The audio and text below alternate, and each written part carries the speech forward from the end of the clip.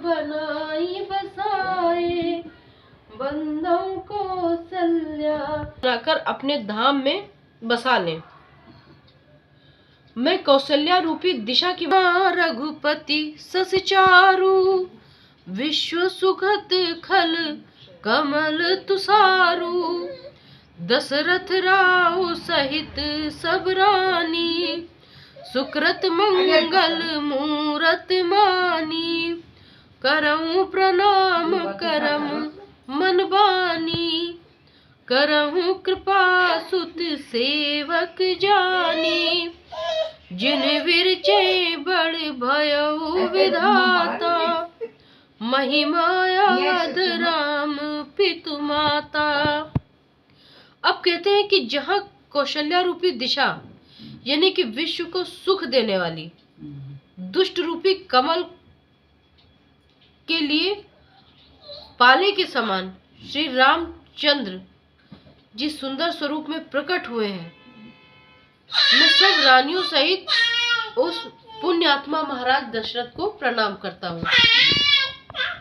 अभी कह रहे हैं कि मैं माता कौशल्या को, कहने का अर्थ इनके ये है कि भगवान श्री रामचंद्र जहाँ जन्मे, मैं उस नगरी को और उनके माता पिता को प्रणाम करता हूँ, उनके चरणों में अपनी शीश नवाता हूँ, क्योंकि वो लोग भी बहुत महान रहे होंगे। अगर किसी के घर में अच्छे संस्कारों की संतान, कहते कि संस्कार तो माँ बाप से ही आते हैं, अगर किसी के बच्चे हैं बड़े अच्छे हैं संस्कारी हैं तो माँ बाप अपने आप को तो धन्य समझते हैं, चार लोग उनकी तारीफ करते हैं कि आपके बच्चे बड़े अच्छे हैं संस्कारी हैं। तो जब किसी के घर में अच्छी संतान हो, अच्छे संस्कारों वाले बच्चे हों, वो घर सुखी होता है। तो जिन्होंने स्वयं भगवान विष्णु को संसार में अवतरित किया, जिन्होंने वो भगवान विष्णु जिन्होंने उनके घर में जन्म लिया, तो वो राजा रानी कितने महान रहे होंगे। तो ऐसे महाराज दशरथ और माता कौशल्या, सुमित्रा, कैकेयी, उन सभी को सादर नमन करते हैं तुलसीदास जी।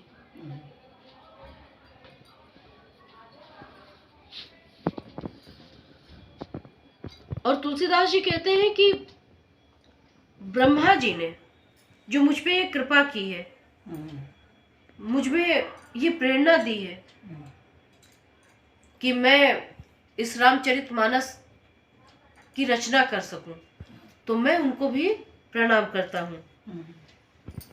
अब धीरे धीरे यहाँ से अवधपुरी के दर्शन हो रहे हैं। अभी तक तो इन्होंने चर अचर जीव जड़ चेतन सबकी वंदना की, बड़े विनम्र भाव से सबकी विनती की कि आप सब आशीर्वाद दें कि मैं रचना लिख सकूं।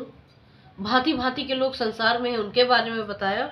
अब धीरे धीरे ये रचना अवधपुरी की तरफ बढ़ रही है। अवधपुरी वो स्थान जहाँ भगवान का जन्म हुआ, भगवान विष्णु ने जहाँ जन्म लिया है। अब तुलसीदास जी धीरे धीरे उस कथा की तरफ बढ़ रहे हैं। बंदहु अवध भुआल सत्य प्रेम जेहि राम पद, बिछुरत दीन दयाल प्रिय तनु तरन इव परिहर्यो। अब कहते हैं कि मैं अवध के राजा श्री दशरथ जी की वंदना करता हूँ। उनसे सच्चा प्रेम था, उन्हें भगवान से सच्चा प्रेम था, इसीलिए उनके बिछुड़ते ही राजा दशरथ जी ने अपने प्राण त्याग दिए। कहते हैं कि अच्छा, जैसे ये एक घटना है वैसे कहानी है। कहते हैं कि एक कोई राजा थे जो बहुत दुष्ट थे।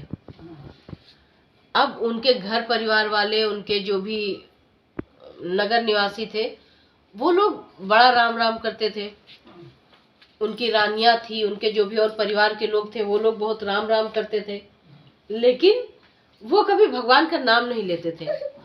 तो सब लोग कहते थे कि राजा बहुत ही नास्तिक हैं। अब जैसे ये भी एक राजा है, कहते हैं कि बाल हट सबसे अच्छा हट होता है। हाँ, अब इनको जाना कहाँ है, देखना कहाँ है, का नाम नहीं लेते थे। हाँ, सब उनको बोलते थे कि वो नास्तिक है, और जो कोई उनके सामने ज्यादा भगवान का नाम लेता था, हमारा गुणगान करता था, तो वो उस पर भी ध्यान नहीं देते थे, कभी उसकी प्रशंसा नहीं करते थे कि बहुत अच्छे हैं, ना वो कभी कथा भागवत कराए। धीरे धीरे समय बीतता गया। अब उनकी आलोचना नास्तिक और दुष्ट राजाओं में थी। दुष्टता सिर्फ इतनी ही थी कि वो केवल नाम नहीं लेते थे भगवान का, बाकी ना अत्याचारी थे, ना अनाचारी थे, ना उनके अंदर अपनी प्रजा के लिए कोई ऐसा भाव था कि उसका अहित कर रहे हों। केवल भाव उनके इतने ही थे। तो कहते हैं कि एक बार कुछ साधु आए और कुछ ऐसे चर्चा होने लगी, जो कि वो तो नाम लेते नहीं थे, लेकिन उनका परिवार, उनकी रानियां, उनके बच्चे सब भगवान नाम का जप करते थे।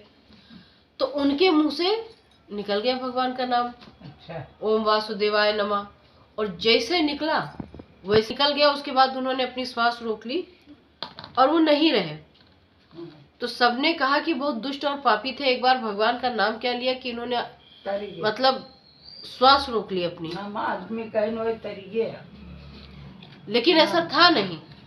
उनके जो गुरु थे राजा के, उन्होंने उस दिन बताया कि राजा भगवान के इतने बड़े भक्त थे, अंतर मन में उनका निरंतर वो जप किया करते थे। उनको उस दिन इस बात से ज्यादा अफसोस हुआ कि जिसका सदैव निरंतर वो अपने मन में जप कर रहे थे या उनको याद कर रहे थे, आज उनके मुंह से वो नाम निकला, मतलब निकल कर बाहर चला गया। तो उन्होंने ये सोच के अपने मुंह पे हाथ रखा कि वो भाव, वो भक्ति कहीं उनसे बाहर ना निकल जाए। अच्छा। तो कहने का अर्थ ये है इनके कि जैसे इन्होंने कहा कि राजा दशरथ को बहुत अनन्य प्रेम था भगवान से, कि वो गए तो उनके जाते ही उनका स्वर्गवास हो गया। हालांकि इस पर भी कई कथाएं हैं, जैसे भगवान के प्रति उनका लगाव था, प्रेम था, या प्रतापी राजा थे पर पुत्र प्रेम में अधिक थे। और एक घटना जो लगभग हर कोई जानता है, जो एक अंधे माँ बाप थे, तो श्रवण कुमार के जो माता पिता थे, उनके श्राप की वजह से ये हुआ, क्योंकि ये उनके जीवन में एक घटना कहीं हुई थी। सभी चीजों को इस स्थान पर माना भी जाता है, जोड़ा भी जाता है। जो दंत कथाएं, कहानियां अपने अपने तरह से लोगों ने लिखी, वो जो ये एक घटना रही ये। लेकिन कहने का अर्थ ये है कि जिनको भगवान के प्रति प्रेम होता है, अभी नहीं क्यों मरीन जी हैं, मतलब भगवान के प्रति प्रेम है तो उनके चरण में मन लगाइए और अच्छे कर्म कीजिए।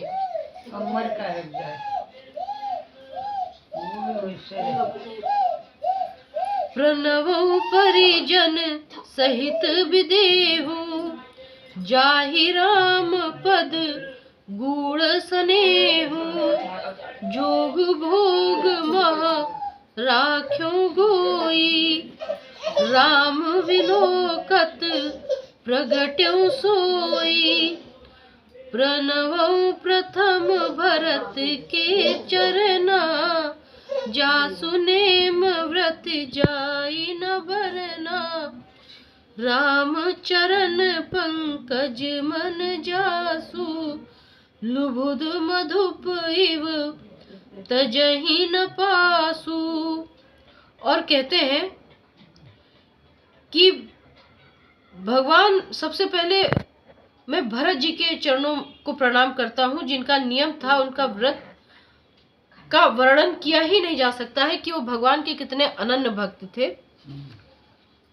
भक्ति, अब इन्होंने यहाँ पर अब तक जैसे साधारण मनुष्यों के आचरण को बताया, वैसे इन्होंने उन्हीं के जो परिवार के लोग थे, चाहे भरत जी रहे हों, चाहे लक्ष्मण जी रहे हों, उन सभी के गुणों का वर्णन किया है और उनके चरणों में अपने नमन भेजे, अपनी प्रार्थना भेजी कि अब कृपा करिए कि मेरी कथा धीरे धीरे उस तरफ बढ़ रही है, तो मुझे उसका आशीर्वाद दीजिए कि मैं अच्छे से अपनी इस कथा को लिख पाऊं। अब कहते हैं, बंधु लक्ष्मण पद जल जाता, शीतल सुभग भगत सुख दाता, रघुपत कीरत विमल पताका, दंड समान भयो जस जाका, शेष शास्त्र शीस जग कारण, जो अवतर्यो भूमि भय टारन, सदा सो सानुकूल रह मोह पर, कृपा सिंधु सौमित्र गुणाकर। अब ये कह रहे हैं कि मैं लक्ष्मण जी के साथ साथ जो 1000 सिर वाले हैं, और ऐसा माना जाता है कि जगत को शीश पर धारण किए हैं, उन शेष को, जो लक्ष्मण, जिनका अवतार लक्ष्मण जी के रूप में हुआ था और जिनकी कृपा से पृथ्वी से भय दूर, संसार से जो उस समय अनाचार था, दुष्टाचार था, पापाचार था, उस भय को दूर करने के लिए उनके साथ जिन्होंने अवतार लिया, जो गुणों की खान और कृपा निधान है, उस कृपा सिंधु सुमित्रा नंदन लक्ष्मण जी मुझ पर सदा प्रसन्न रहे, कृपा करें और मुझ पर ऐसी करुणा रखें कि मैं जो लिख रहा हूं वो लोगों तक बात पहुंचे और मुझ पर अपनी असीम कृपा बनाए रखें।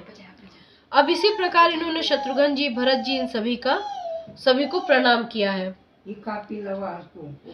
रिपुसूदन पद कमल नमामि, सूर सुशील भरत अनुगामी, महावीर बिनवौ हनुमाना, राम जासु जस आप बखाना। अब कहते हैं कि मैं शत्रुघ्न और भरत जी के साथ साथ श्री हनुमान जी के चरणों में भी विनती करता हूँ।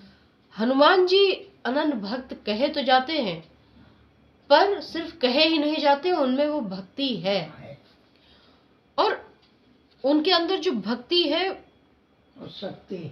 उस भक्ति का बखान करना, उसका गुणगान करने के लिए भी हम जैसे लोग बहुत छोटे हैं। उनकी भक्ति की वो चरम सीमा है कि वो उनके हृदय में विराजते हैं भगवान।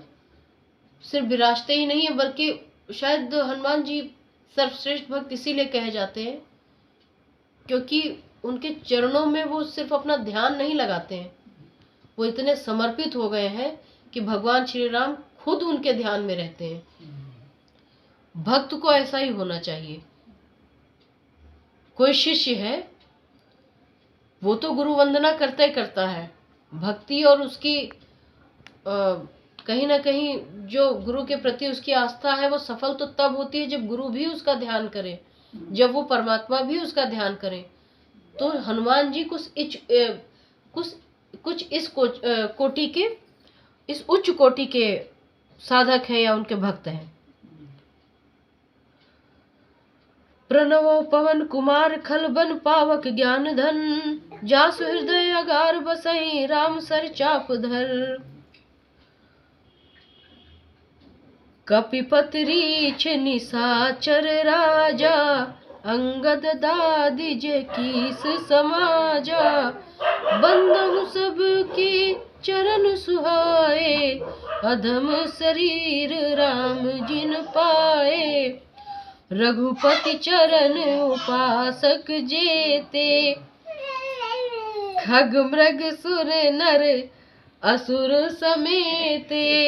बंदव पद सरोज सब केरे, जे बिनु काम राम के चेरे।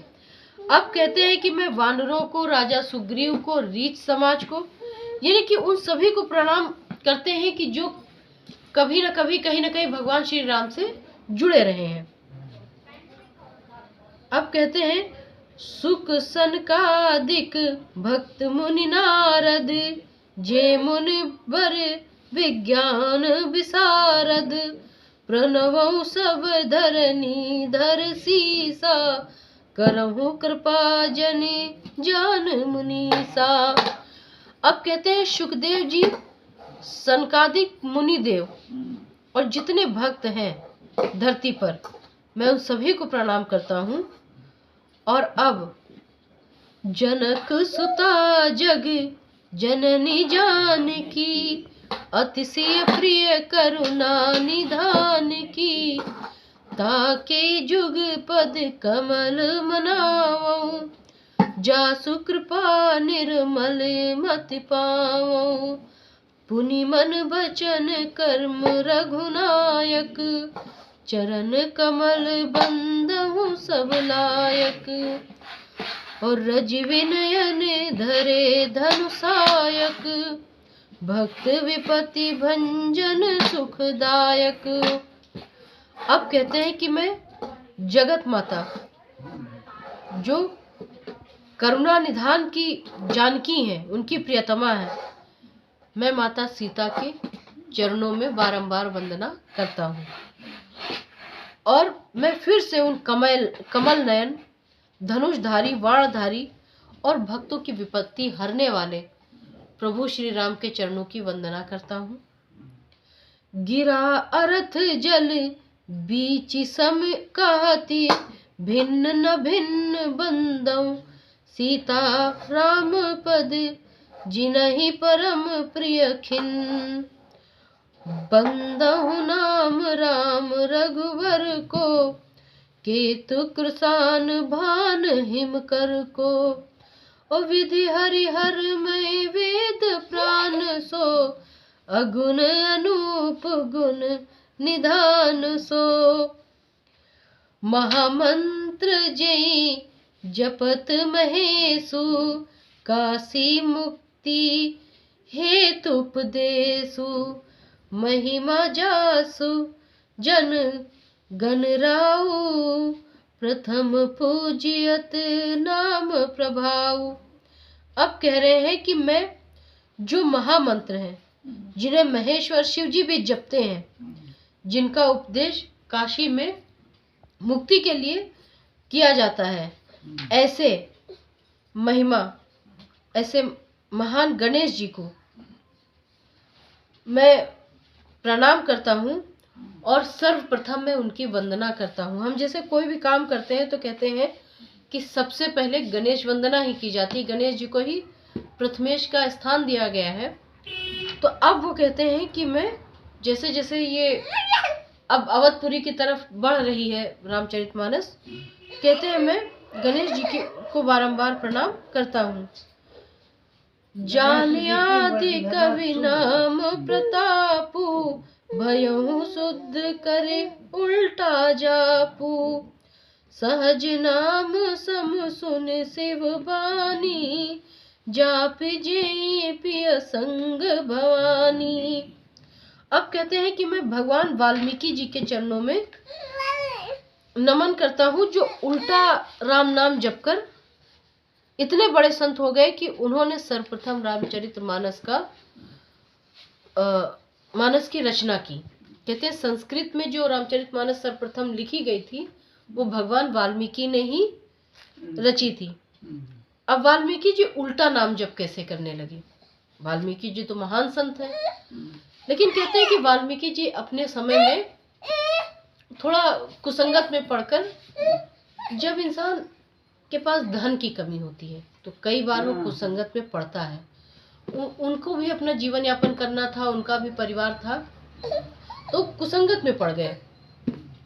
और कुसंगत में पड़ने का नुकसान ये हुआ कि वो जैसे राहगीर होते तो अगाहे बगाहे जो जंगल के रास्ते से लोग निकलने लगे तो उनको लूटने फूंकने का काम करने लगे। हालांकि वो वाल्मीकि जी थे। अब ऐसे लोगों की तुलना जो आजकल दिन दहाड़े चेन खींच के चले जाते हैं उनसे ना की जाए, ना उनको उनके समान समझा जाए।